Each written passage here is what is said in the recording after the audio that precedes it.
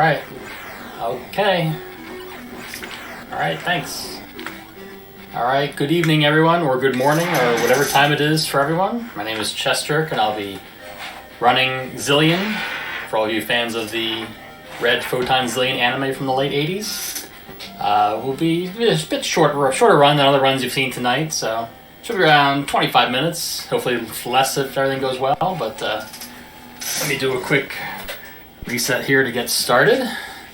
And then timer will start as soon as I click the option to not see what the codes mean, because I already know all the codes mean. So, alright, so we'll just fast forward this text here. Look, there's the story. Okay. Alright, and 3, 2, 1, go. Alright, so I'm playing the any percent glitchless category, which is a category I pretty much invented because there aren't many other runners of this game. But essentially what happens is that we have two comrades, Apple and Champ, which we will sadly not be rescuing. Apologies to all you Apple and Champ fans out there. Because obviously it takes longer to save them, and it's not required to save them to beat the game. You get the bad ending, but, you know, what can you do? Glitchless will come up later. I will mention what glitchless means when I get to that. So there are 3 distinct sections that you'll see in the game, as you can see by the color of the background. We're starting off in the light blue section, which is obviously the easiest section because it's the first section. We're going to grab some power-ups for our gun and level-ups to improve our life total and our defense and running speed and all that good stuff. The general idea is here, you'll see me grabbing these codes in these canisters. And honestly, the hardest part of the run will be remembering the codes while trying to do commentary at the same time. It will be virtually impossible for me to not forget a code at least once. But you get these 4 codes. The codes are different every single time you play the game, so you can't just memorize them and go off of that. They change every single time you play the game. That would be very easy if that were the case. So this is a bit of a weird room here because there's a canister up there and there's no codes in this room. But to get it, we're here and just shoot the wall. Oh, look, the door opened. I don't know if you want to call that a glitch. I don't call it a glitch. So, alright, so if you enter this code, it's a Warp A. Warp A takes you back to start. Because that section right there, it got me a gun power-up, but that's all you need it for. But the gun power-up is required. Because you can see in this room, there's a differently shaped canister in the top right. Coming up, there will be a room that is full of those, and you can't open them with a level 1 gun. So luckily, I have a level 2 gun. And you'll see I'm also avoiding canisters that don't have anything useful in them, which is another difficult part of the run, because there are a lot of canisters that either hold extra cards I don't need, or life replenishment items and things like that. So, alright, so you see these barriers here. They do a lot of damage. And another main reason why I get level ups is that as you level up, your damage from the barriers decreases pretty significantly. And there'll be a section later on where I'm going to run through about a dozen of those barriers and live because I have the maximum level. Alright, so in this room is where the glitchless category comes into play, because the main glitch in the game, at least that I'm aware of, is if you die during a screen transition, you don't game over. You collapse and then get right back up again and continue as if nothing happened. And how you do that is in that elevator right there, you can line up so that you take damage from the damage barrier as you scroll down. And if you do them at the same time, you collapse and then get right back up again, and you are invincible. Which is always fun because the enemies totally ignore you, and you can just do everything you need to do. But I don't feel like that shows off the run for its full potential, so we're not using that glitch this time. So you're probably wondering what this alarm that's going off all the time is, but there are sensors, hidden sensors, all around some areas of the game that you can pick up a scope item to see them. I don't pick one up because there's not one on my route, and I know where all the sensors are anyway, so it would be pretty much useless for me. It would be a waste of time. But what the sensors do is it sets off an alarm, and then 8 guards show up 2 at a time to pretty much just waste your time. So I will try to avoid them if at all possible, but there are some where I can just run away like that. They never get to me fast enough, so. You saw also in the previous room I picked up a floppy disk to discuss the items, the minimum items you need to beat the game. There are 5 floppy disks and a red card throughout the maze. And you need all of them to access the main computer and enter the base explosion code. And you have to have them all when you try to access the computer, otherwise it won't work. Besides that, I need 2 gun power-ups, so there'll be level 3 canisters coming up soon, which I'll need a level 3 gun for. As well as level ups to get me to level 8, which is the maximum. And only the blue cards let you access any random computer terminal. If you enter the room open code correctly, you get the card back. If you use it to enter, let's say, a warp, or there's other various codes you can enter to stop lasers and stop the guns and things like that, then that consumes the card. Since I will be using 3 warps, I picked up 4 blue cards, and no more. Actually, I haven't picked up the 4th card yet. I'll be doing that shortly. So now we've escaped the light blue section, now we're on to the red section. The red section is notable because most of it can be skipped. There's a huge part of it that has power-ups and nothing else, so we won't even worry about that.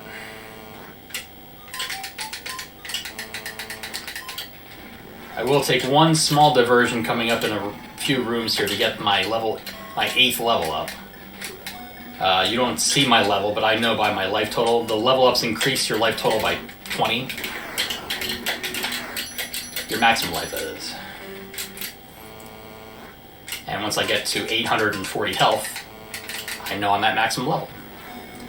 To talk about the damage barriers again, the damage barriers do 120 damage at level 1. They only do 40 damage at level 8. So, it's a pretty big difference.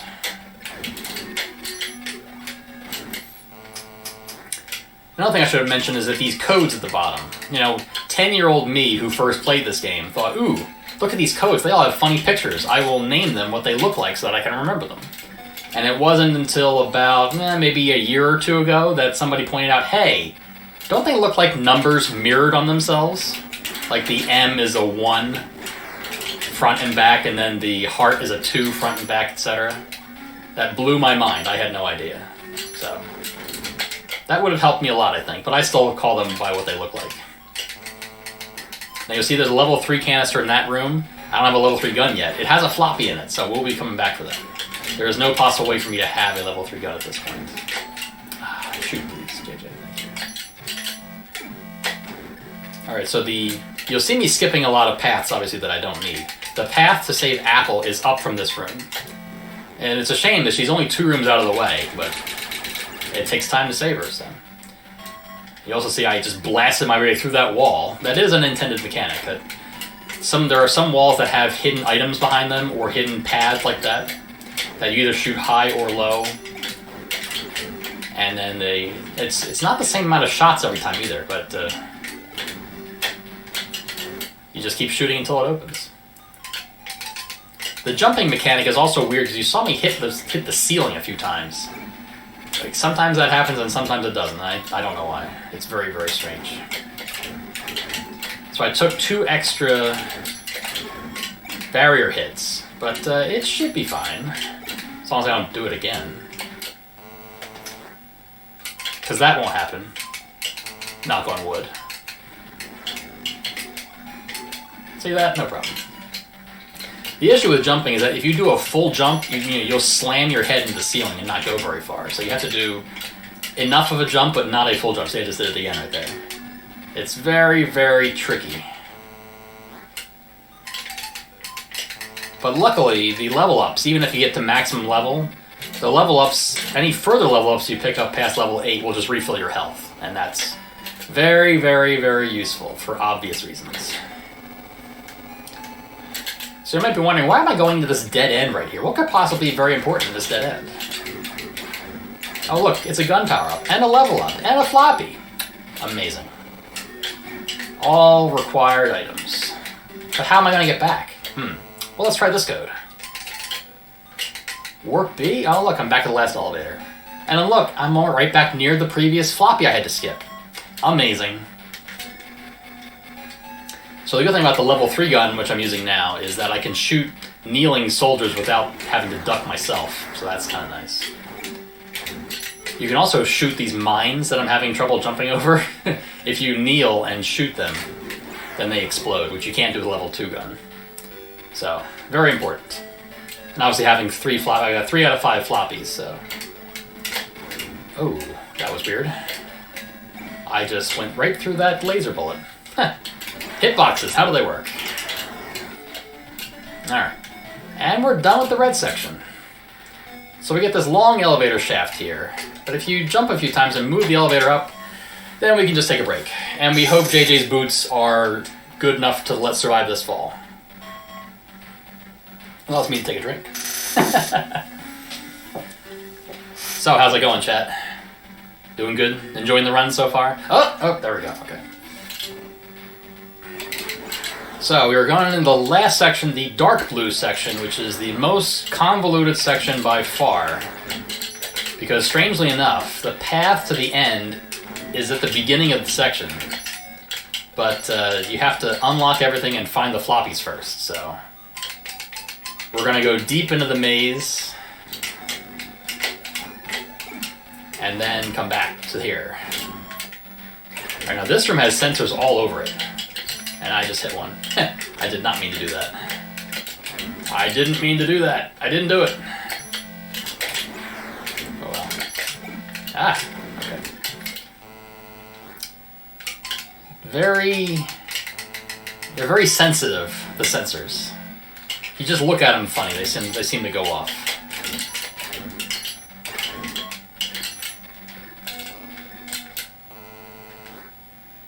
So you'll see me taking a bunch of like 1 or 2 off paths here, because it's a very convoluted path to open. Like this is a one-off room that opens the door at the top, which I will come to eventually, but not right away.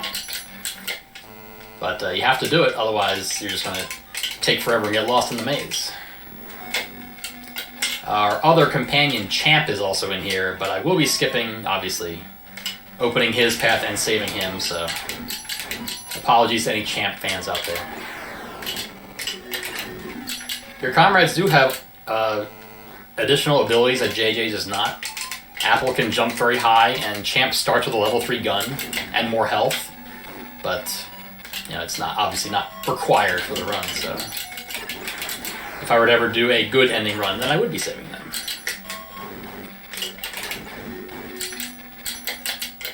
So you'll see my path through each room definitely takes into account the laser guns. They do not shoot the exact same time every single time. There is a little bit of variation. So if you see me taking laser hits sometimes, it's just randomness that I can't control. So. Oh, that was weird.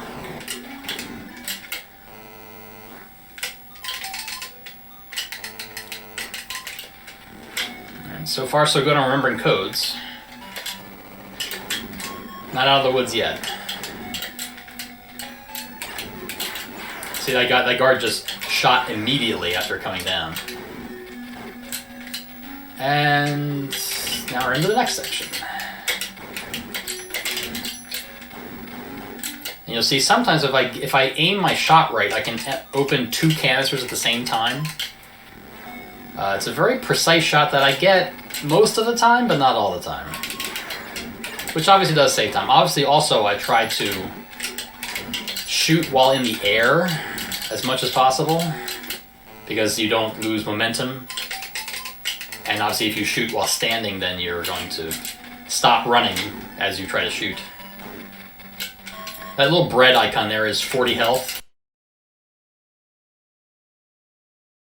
I mean, I'll grab those if I'm desperate for life, but that shouldn't happen. I hope. Alright, there's a floppy in here. I'm going to get that on the way back, because I got to do these 2 rooms also to further open the path to the end.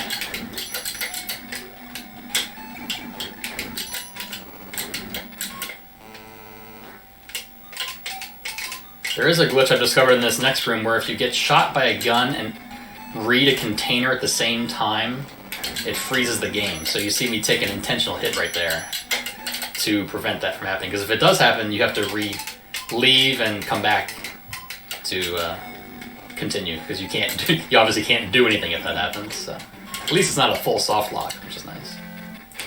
All right, there's floppy number 4. We're moving along. Here's the only, I think this is the only room where it's full of these level 3 canisters. Just proving the need for the level 3 gun. Otherwise you wouldn't pick it up. You'll see that container up in the top right there. That has a red card. Must have it to access the final computer. But we can't get it yet. We can't jump that high, so we'll get it. You actually, oddly enough, you get it right before you get to the main computer. Don't forget the red card. Very important.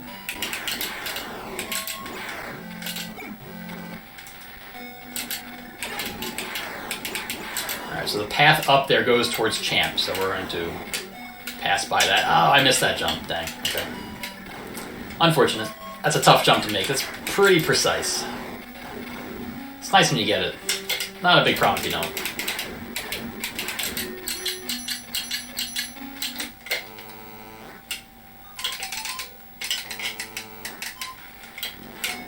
Alright.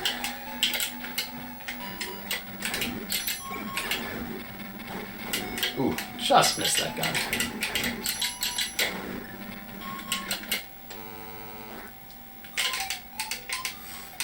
I also will not tell you what names I've given the characters because some of them are not safe for speed gaming. I'll put it that way. So, if you want to call them numbers 1 through 0, more power to you.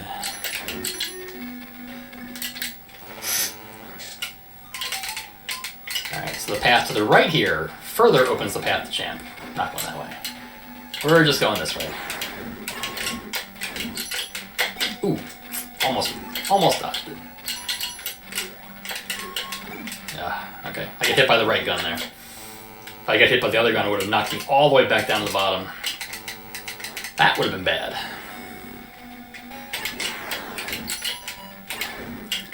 Now this is opening the path to the last floppy, which is deep, deep in the maze.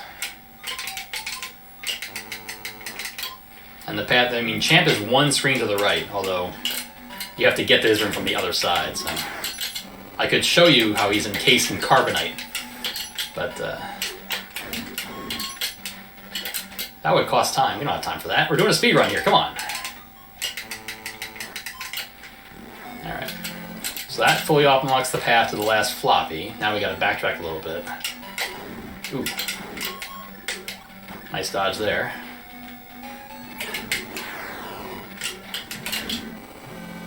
This is probably one of the most annoying sensor rooms. Ooh. Really bad location for those guys.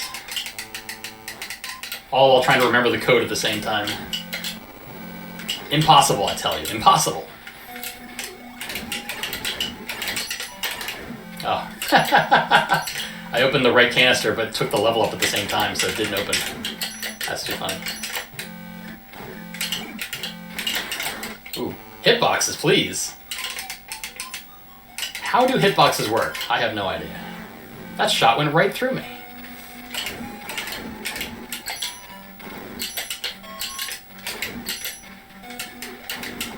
Alright.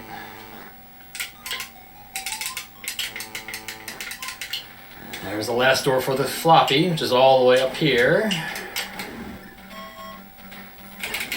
Ooh. I don't know how I dodged that. Alright, 5 floppies obtained. I've accomplished my objective. Now just a quick warp, which luckily, the last elevator is right near the beginning where the entrance to the end is. How convenient. So you remember this path I opened up about 5 minutes ago. I saw this elevator right here. Why didn't he take this elevator? Oh wait, because this goes to the end. But I had to do many other things first. Alright. This is the last codes.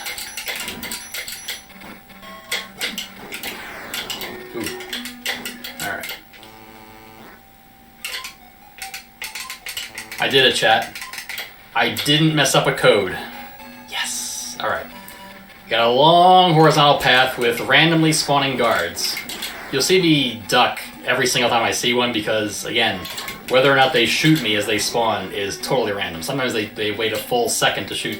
Sometimes they shoot right as they spawn, so it just makes sense to try to dodge every single time. Kill some mines. Come to the last elevator with a quick pit stop because don't forget the red card. There it is. Got the red card.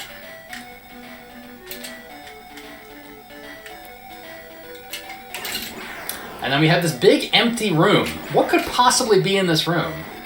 I'm so confused. Oh well. That's probably nothing. Let's just go to the main computer. Oop. 4 codes, please. Base explosion. Get the heck out in 500 seconds. It's okay, though. I'm gonna go through this completely empty room first. Oh. Excuse me? Who is this? Can someone please explain who this is? Because I have no idea.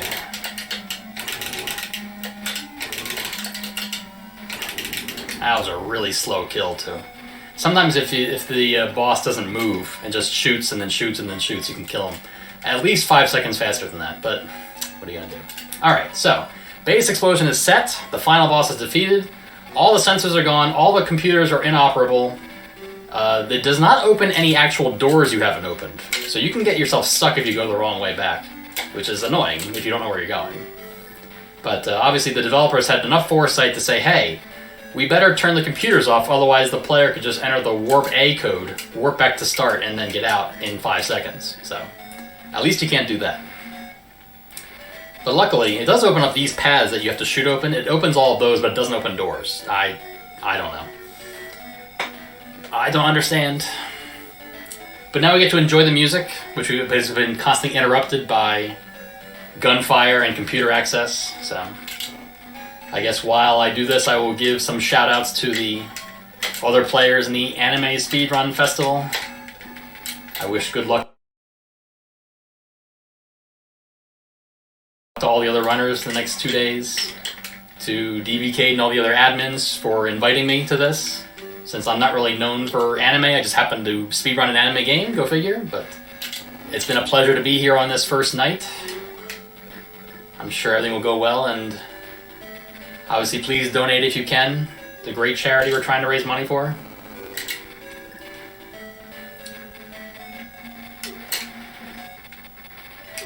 But yeah, just enjoy the music for the next 45 seconds or so.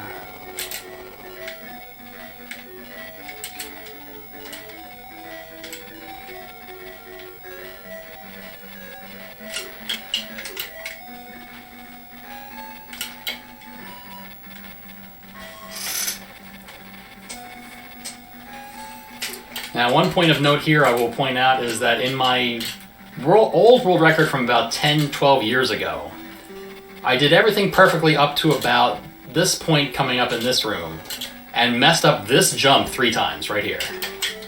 I nailed it that time, though. Which was a horrible time to have a blemish like that in an otherwise perfect run. Or, I thought it was perfect at the time, so. But we're out, and it's going to be time as soon as I touch the ship. Time. We did it. My timer says 22:58. Sub 23 is an excellent run. That would have been world record before I recently beat my world record. And oddly enough, my world record as of about an hour ago was 22:35. I did a practice run as we were setting up in stream here. I wasn't sure I was going to mention this or not. But I did a practice run without my splits, and I think I got a 22:30. I'm going to have to go back and retime that. I may have beat my world record in practice a half hour ago. So, but we'll see. But it's a fun game. It's definitely a game that I played as a child, and did not beat the game, obviously, the first time, because if you don't know your way back through the path, it's tough to remember because you only have 5 minutes, so easy to get lost in that gigantic dark blue section. We did get the bad ending, obviously. There's the only difference between endings is that one stream where it says the Zillion men were not saved. If you save everyone and everyone's alive at the end, then it says you saved all the Zillion people. And that's all it changes. Everything else is the same. And I'm pretty sure Oppa Oppa was not in the anime. Shoutouts to Fantasy Zone for the Sega Master System. I did mention this is a Sega Master System game, by the way. I don't know if anyone saw the opening. But yeah, that's it. We beat the game. And I have nothing else to say. I said everything I needed to say. So thank you all on Speed Gaming and all of the restreams, all the other language restreams for watching. You can follow my stream if you like. My streaming schedule is irregular at best, but I do a bunch of other stuff too, so that's all I got. Top